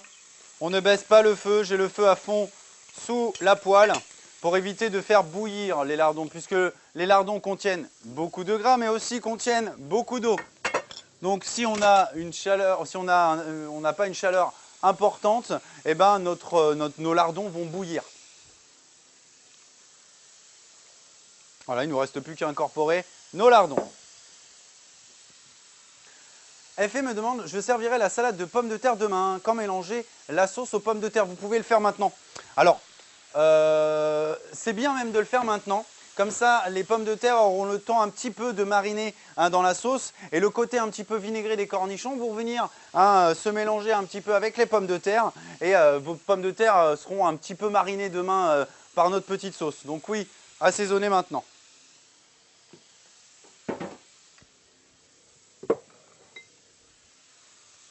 Je déglace au vinaigre.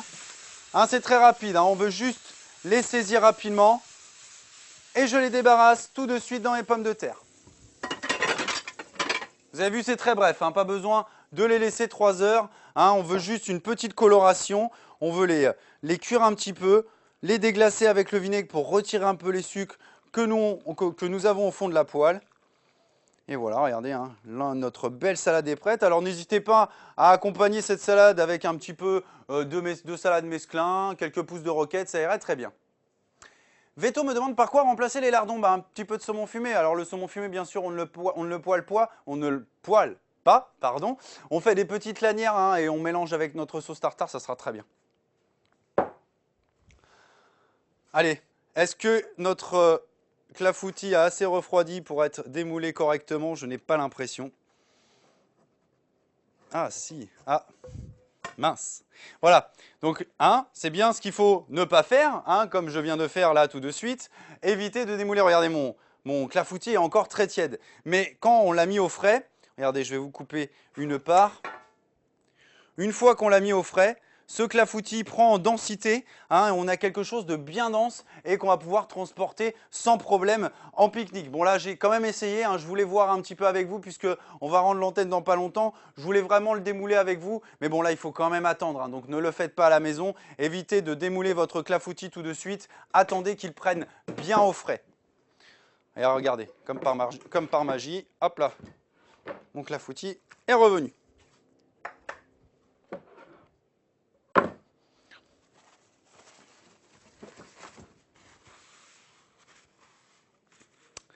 Et maintenant, on va regarder nos cakes. Alors, nos cakes, il nous reste 4 minutes de cuisson.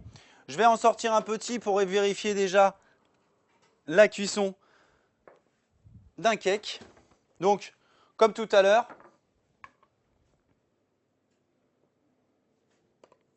avec la pointe d'un couteau, je plante à l'intérieur, je reste quelques secondes, je ressors. Ah! Mais non, mais en fait, mon couteau est un petit peu humide, mais c'est simplement l'ananas hein, qui humidifie l'ensemble. Bon, ça c'est pareil, hein, on attend qu'il soit bien froid pour les démouler. Hein, ils sont démoulables plus facilement à froid, mais regardez, hein, on a un joli petit cake à l'ananas, parfait pour un petit pique-nique. J'espère que vous avez passé un très bon moment en notre compagnie. Je vous donne rendez-vous dans un peu moins d'1 h 30 pour notre waouh du samedi soir. C'est les morilles, ça y est, on a des belles morilles fraîches et on va faire une belle tourte aux morilles avec du poulet, des champignons de Paris et quelques morilles fraîches. Allez, très bonne dégustation si vous mangez ça maintenant.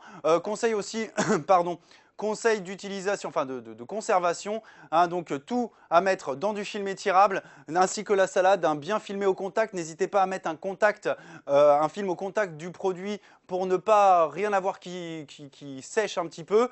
Les cakes, on les filme individuellement et on les déguste tranquillement demain. Allez, on se retrouve dans 1 h 30. À tout de suite.